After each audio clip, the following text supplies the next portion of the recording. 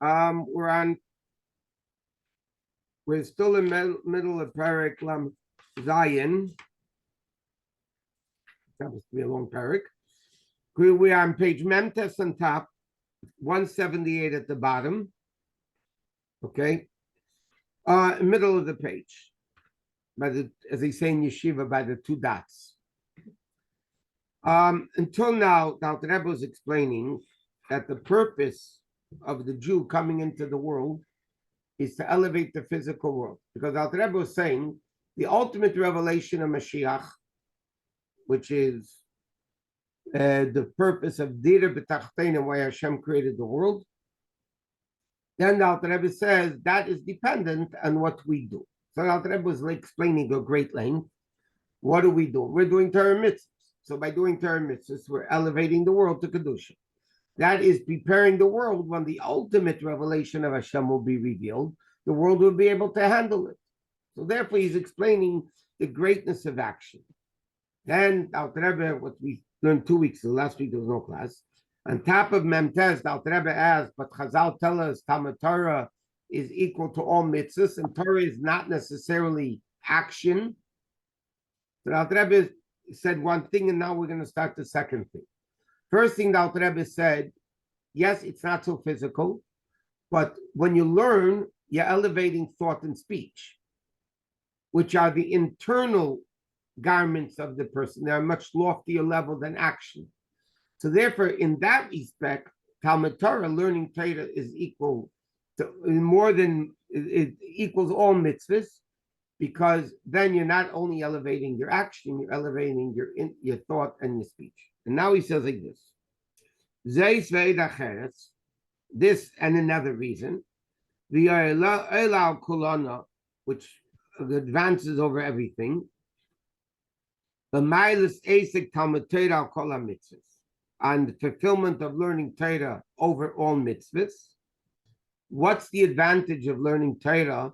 That Chazal tell us, the sages tell us, Talmud Torah is equal to all mitzvahs. What does that mean? It means like this. Based on what you wrote before in the name of Tikkun Zayah, we learned before it says, Ramach Pikudim, the 248 mitzvahs, are Ramach Evarim de Malk, are the 248 limbs of the king. Why are there 248 positive mitzvahs? Because spiritually speaking, Hashem has 248 limbs. Now, what does that mean? So again, to understand it the way it is in godliness, we need to understand the way it is in the physical world. So he says like this. You can't compare it all. The life of the neshama in the 248 limbs, comparing it to the life in the brain, which is seichel, which is the intellect,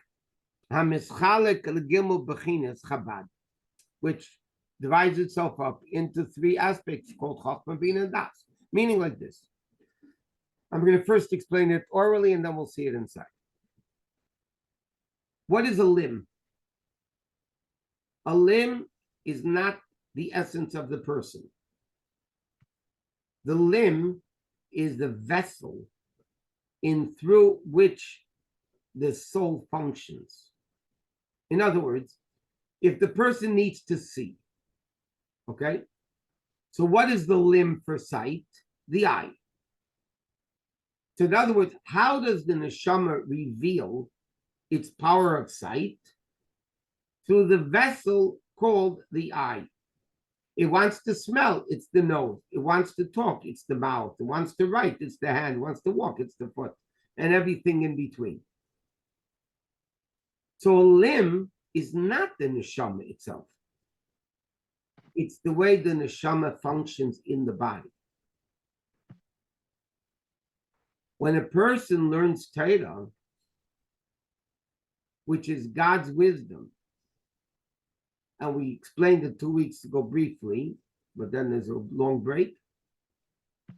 When a person studies Torah, it's not that there's a neshama and a limb which are connecting.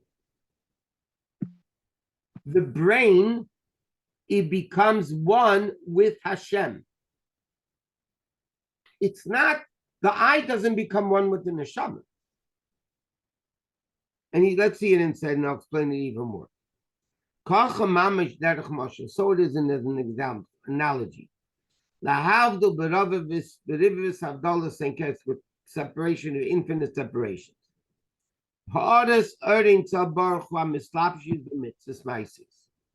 So it is also the difference between the revelation of godliness that comes into the mitzvah in comparison to the level of godliness in the intellect. Every person based on their own understanding. Meaning as follows. When a person learns Torah, we were discussing last time, what Alter Rebbe explains in Parakeh of Tanya. In Gashmias, okay, if the water is in the cup is not in the water. The table is in the room is not in the table. That's the way this physically works. Now, when a person learns something, no matter what the subject is, okay? When a person learns math, you have the math in your head, but you have more than that. While you're learning math, you cannot study anything else. Why can't you not study anything else? Because your mind is in the math. Your mind is in the subject matter of the math. And therefore, the Alter Rebbe explained in Parakeh, and the Alter Rebbe is alluding to it now, it's not like the neshama with the body. The power of the neshama comes into the eye. Okay. So it's a unity that the neshama comes into the eye. But they're two separate entities. When a person wears a garment, the garment doesn't become the person. The person is in the garment. But when you eat food, the food becomes part and parcel of your very being. It becomes you. Because Torah is so great that when you learn Hashem's Torah, so you have, and Torah and Hashem are synonymous. So Hashem is in your brain, and your brain isn't God. That unity doesn't exist in any other mitzvah. It doesn't exist in any other mitzvah. And because of that, Chazal say, Torah is equal to all mitzvahs. And even Talmud Torah Keneged Kulam. Torah is even higher than them. And he says, it asks the question even more. Even though, we're learning God's Torah, but what are we learning about? Two people fighting over a garment, two people fighting over animals. This guy eats not this, and this guy lies this, and that's what we're learning about. We're coming to godliness. He says, Torah, like we know, Chazal likened Torah to water. That go from a high place all the way down to a low place, and it's the same water. Meaning what Alter Rebbe is saying, he said, I explained this earlier in Tanya, Perek Dalet and Hey. The Alter Rebbe is saying that when a person learns Torah, what actually happens is the Torah, God's wisdom comes down to him. Now it's talking about non-kosher animals and talking about people fighting and lying and all that. But that's why Torah is called water. It's not only that water goes from a high place to a low place. The same water that was up there is down here. It's not that it's a different water. When Torah is likened to water, in many aspects, you can't live without water, you can't live without Torah. But this aspect of Torah, which is likened to water, that just like water goes from a high place to a low place, it means not stam it goes high to low. It's the same water, high and low. Which means when a person learns Torah and they're learning about physical objects, and again, You can be learning about thieves and liars and swindlers and non-kosher animal, whatever. It's still the same godly Torah that is in heaven. And therefore, what happens when you study Torah? You are one with Hashem, not like the limbs of the king. Mitzvahs are called garments. Mitzvahs are called limbs of the king. The neshama comes into the limb, but it's not one. This is you're becoming one with Hashem. So of course it's greater than mitzvahs. And then he says like this, Alpha became, okay, nevertheless, and now that is going back and forth. Yet,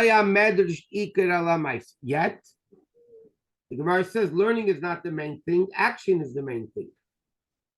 Which keeps contradicting itself over here. So he says that's Elam Vayem Laseisim Sid, and today you have to do mitzvahs. In Gan Eden you can't do any mitzvahs anymore.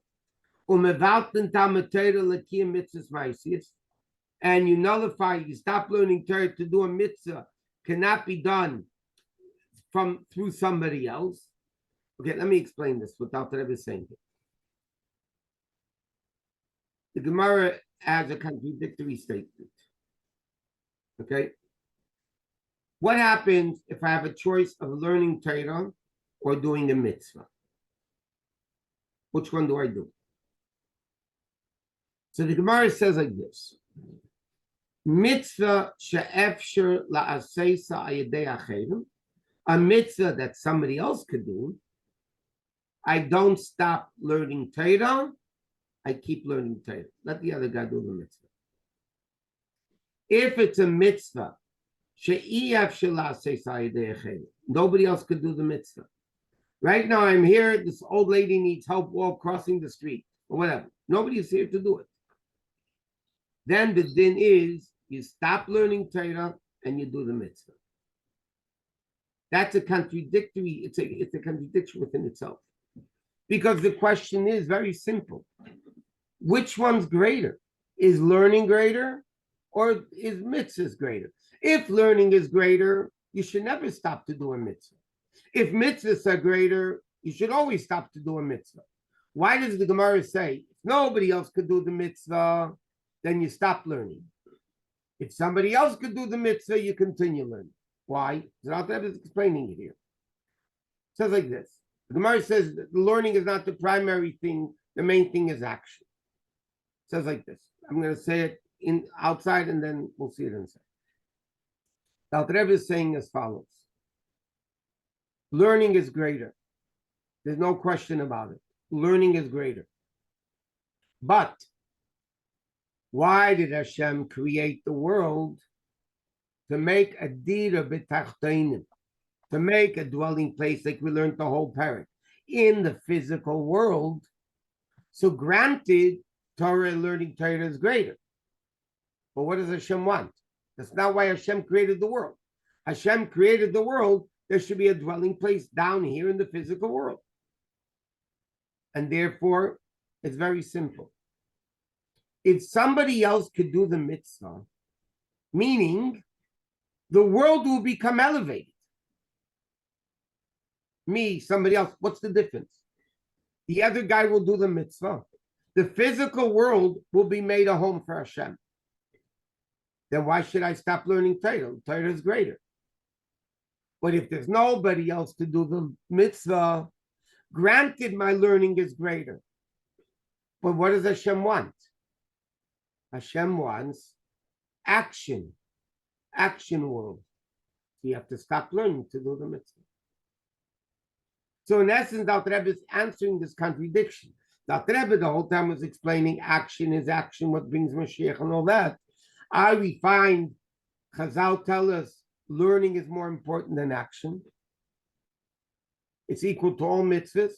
So first, the Rebbe says because it deals with thought and speech, which are the higher faculties of the person.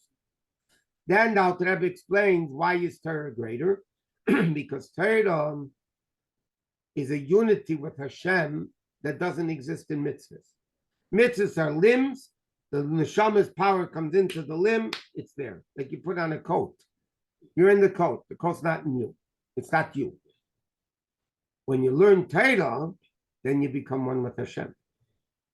It's a much greater accomplishment. But Chazal say it's not the primary goal, is learning. The primary goal is to make a dwelling place for Hashem in this world. Therefore, the Alter Rebbe explains, a mitzvah that could be done through somebody else, excuse me, somebody else should do the mitzvah, because the world will be elevated. Meanwhile, you're doing a higher thing of learning Torah. That's what he says. We're going to start 4 lines in the end of the page. Why do you stop learning Torah if there's no mitzvah that cannot be done through somebody else? This is the purpose of the person. The tachlis b'riyaseh, and the ultimate purpose of his creation.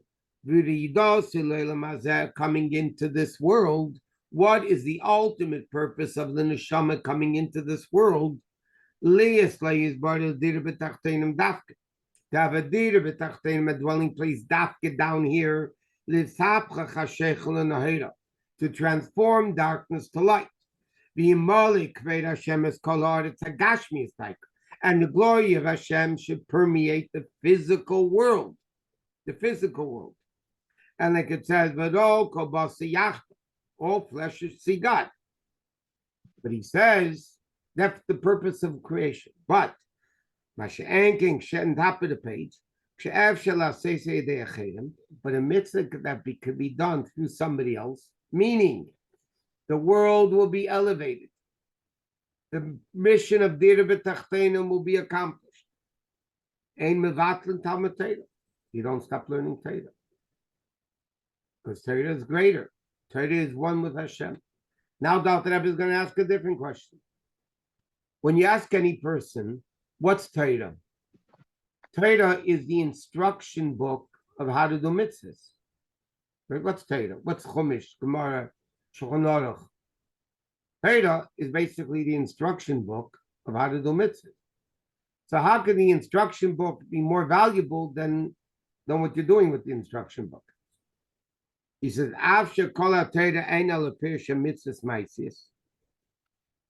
even though, again, how could learning be greater than mitzvahs when learning is only the instructions, the book of how to do things? He said, Mishum Shahi B'chinas Chabad Shalein Tzav Baruch, because it's the essence of Hashem. And therefore, when a person occupies himself in Torah, with Torah, Mamshich Olav Orein Tzav Baruch, he brings upon himself this revelation of godliness, infinitely more, and a much greater revelation to no end. Than the revelation and the drawing down, through the mitzvahs, which are only the limbs of the king. Okay, so in Parak Lamed Zayin, that we're not today, but coming to a close of it, the Alter Rebbe is explaining there is the purpose of mitzvahs to create a dwelling place for Hashem. There's something greater than that. Is a person neshama to be connected to Hashem on a higher level, in a level not of a limb. There's just the power of the neshama comes into the limb. No, it's the unity that the neshama has with Hashem when it studies Torah. So therefore, again, if nobody else could do the mitzvah, you have to do the mitzvah because the purpose is the dwelling place for Hashem down here. If somebody else could do the mitzvah, mission accomplished through somebody else, then you have to learn Torah. And he says, this is what the great Rav Sheshes meant when he said, Chadoi, I rejoice, my soul, Chadoi nafshoi, my soul should rejoice. L'cha kuroi, for you I learned Chumash. L'cha tanoi, for you I learned Mishnah. Like it says somewhere else, Barichas. What does that mean?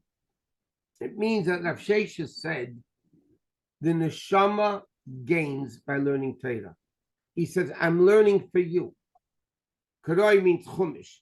The second thing is, Tanoi means Mishnah.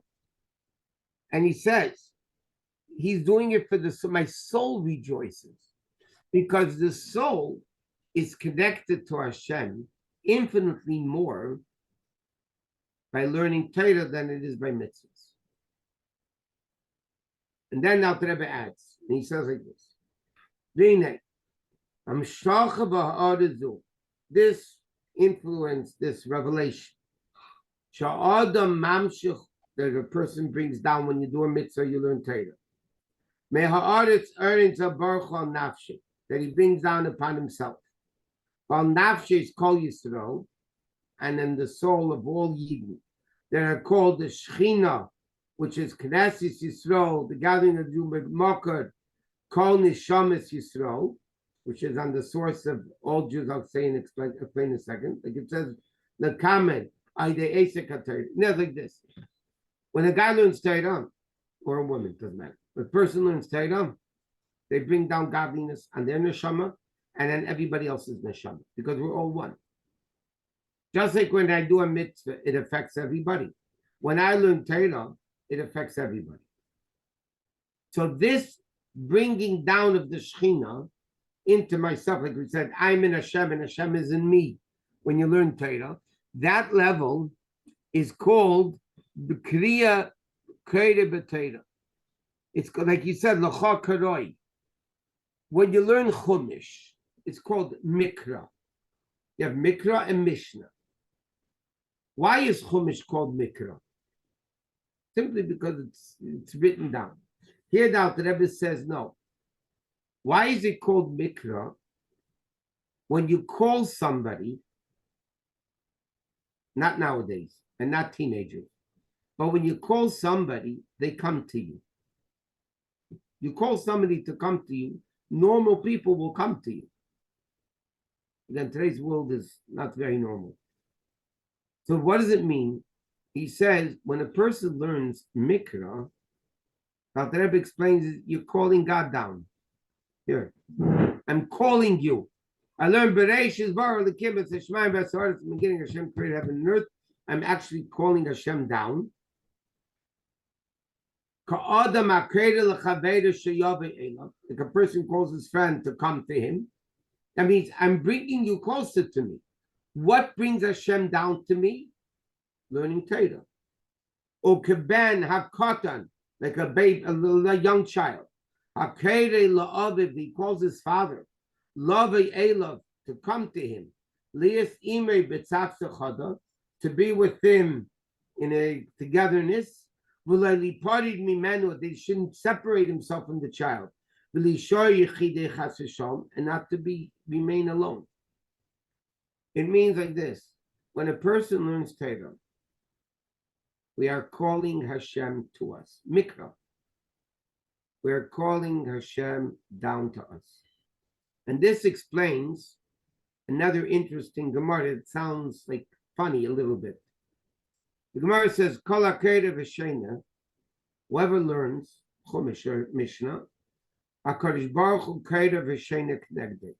God is sitting opposite you, learning the Chumash or learning the Mishnah with you. It's remarkable. A person sits and studies Torah, they accomplish that Hashem is right in front of us, Kaviyachol, not physically, but Hashem is standing in front of us, learning exactly the same thing we're learning.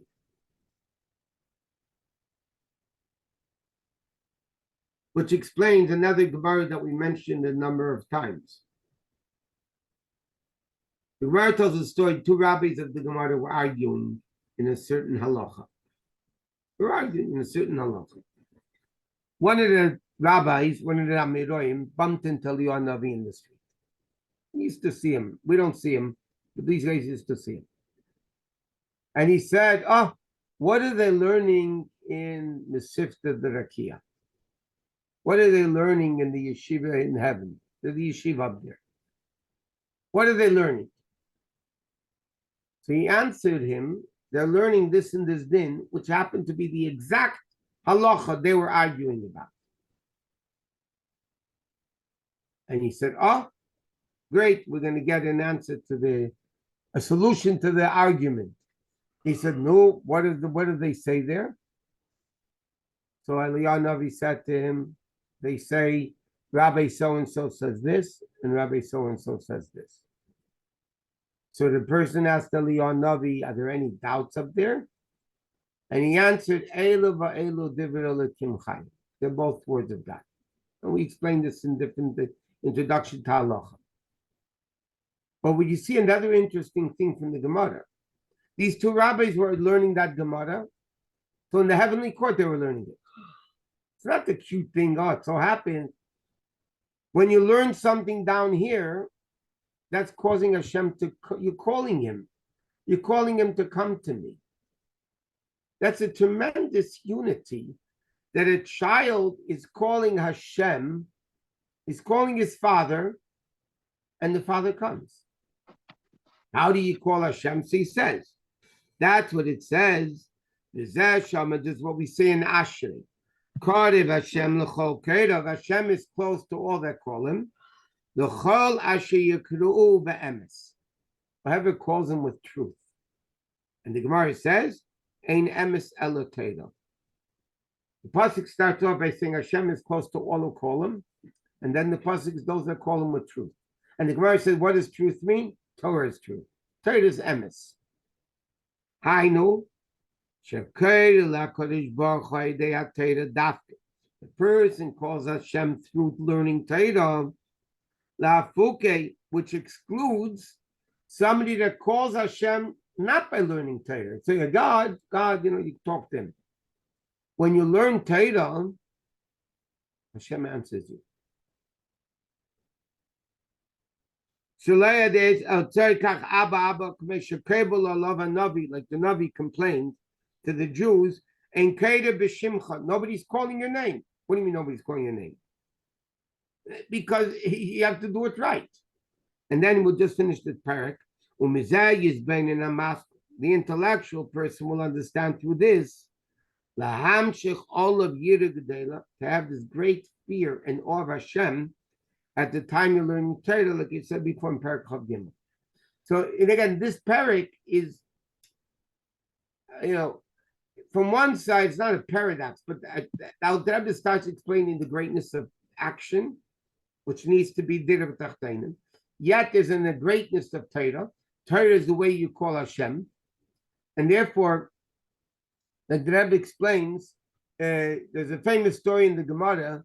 The Jews needed rain, and they went to Chayni Hamagel.